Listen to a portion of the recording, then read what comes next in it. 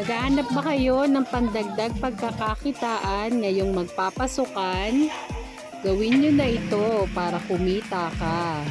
Tara, umpisa na natin! Wow!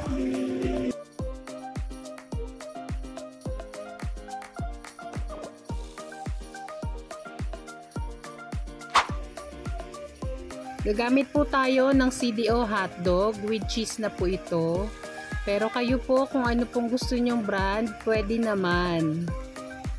Kung gusto nyo po ng ganitong mga video, please like and subscribe to our YouTube channel. Thank you and God bless. Tatanggalin lang po natin yung plastic.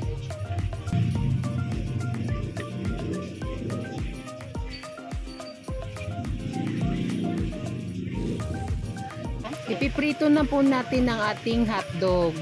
Pero pwede din naman na steam. Mas malasa lang kasi kapag ipa-fried natin yung hotdog. Pwede po bang maglambing?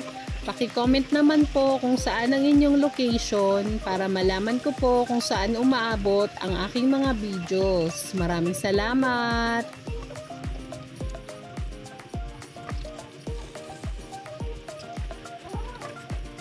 Po yung hotdog natin.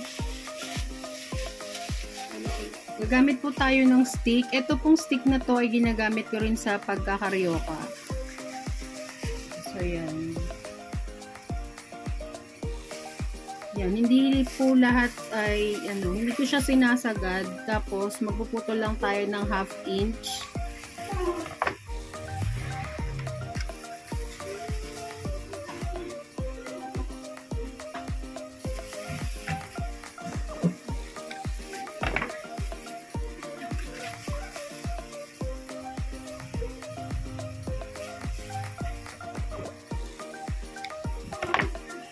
Tapos, ito pong mga pinutol natin, tinutuhok ko pa po yan.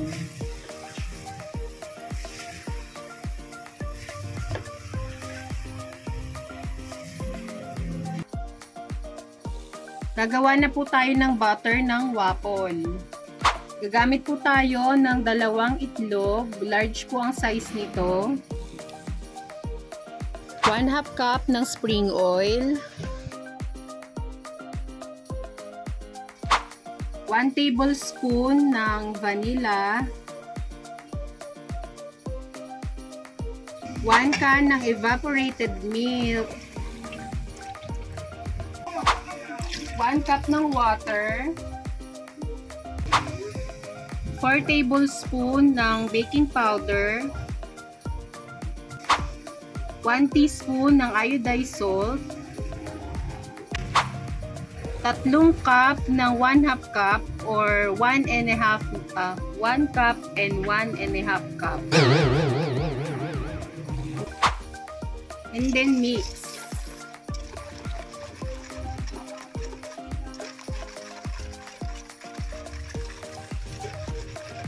Ayan, tutunawin natin yung sugar. Tayo ng 1/2 kilo ng cake flour or cake flour.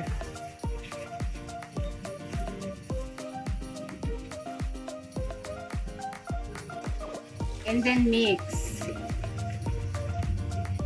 Tips lang po, dapat po hindi natin i-overmix yung ating butter. Kung may mga buo-buo pa po, okay lang yan. Isasala pa naman natin ito. Kapag na-overmix po natin ang ating butter, maaring yung resulta nito ay titigas yung ating waffle. Isasala po natin para po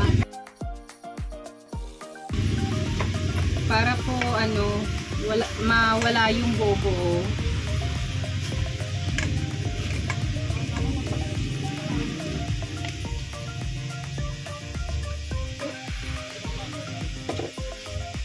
Isasalin po natin sa ating squeeze bottle para po mas madaling i-transfer sa ating waffle maker. Para po sa mga magtatanong, ito po yung gamit kong waffle maker.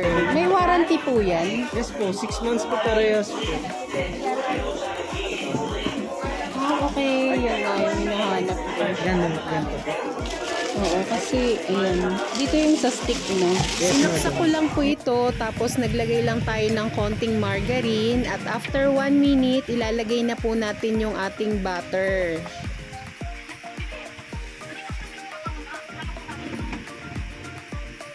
Kaya po natin pinutulan ng ating hotdog kasi sinakto lang po natin ito sa ating waffle maker.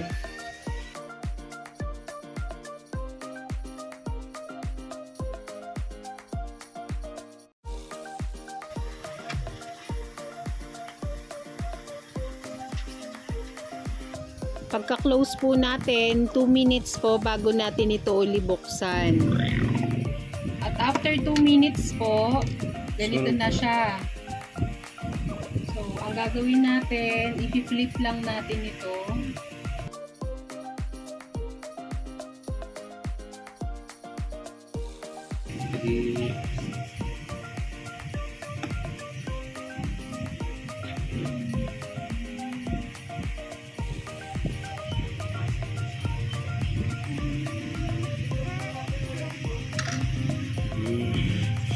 Pwede po bang maglambing?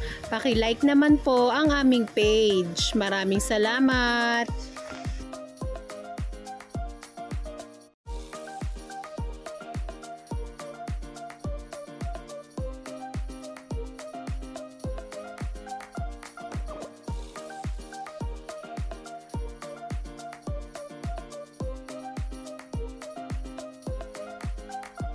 Kapag nabaliktad na po at nalagyan na natin ng butter, maghihintay na naman po tayo ng another 2 minutes.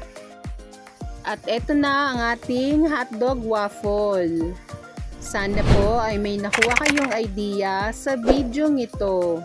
Please like and subscribe to our YouTube channel. Thank you and God bless! Gagamit lang tayo ng stick para ma-remove yung ating dikit-dikit na waffle. Tapos, guguntingin lang natin ito para ma-separate.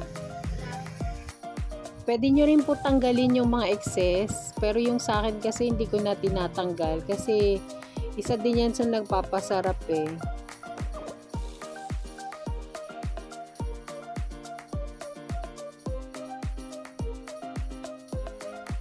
Nung naubos na yung aking hotdog, nag-cheese naman ako. Pwede rin to, no? Di bali ay yung gamit kong cheese dito ay Eden cheese. So, yan. Nag-slice lang tayo ng manipis. Pero hindi ganun kanipis, ha. Yung tama lang. So, yan. Tips lang po. Sa akin kasi yung pagka bumili ka ng hotdog, 1 kilo na yung binibili ko. Kasi nakakatipid tayo ng 11 pesos. Kapag 1/4 lang kasi, 50 pesos mo mabibili yun. Pero pag 1 kilo, 189 mo siya mabibili. So, may makakasave ka ng 11 pesos.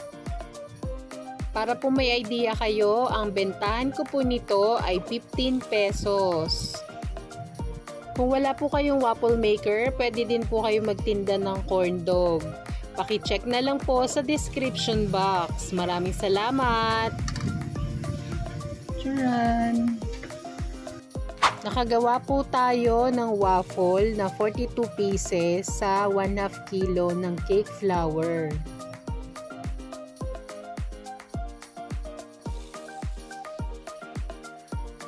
Thank you for watching! God bless!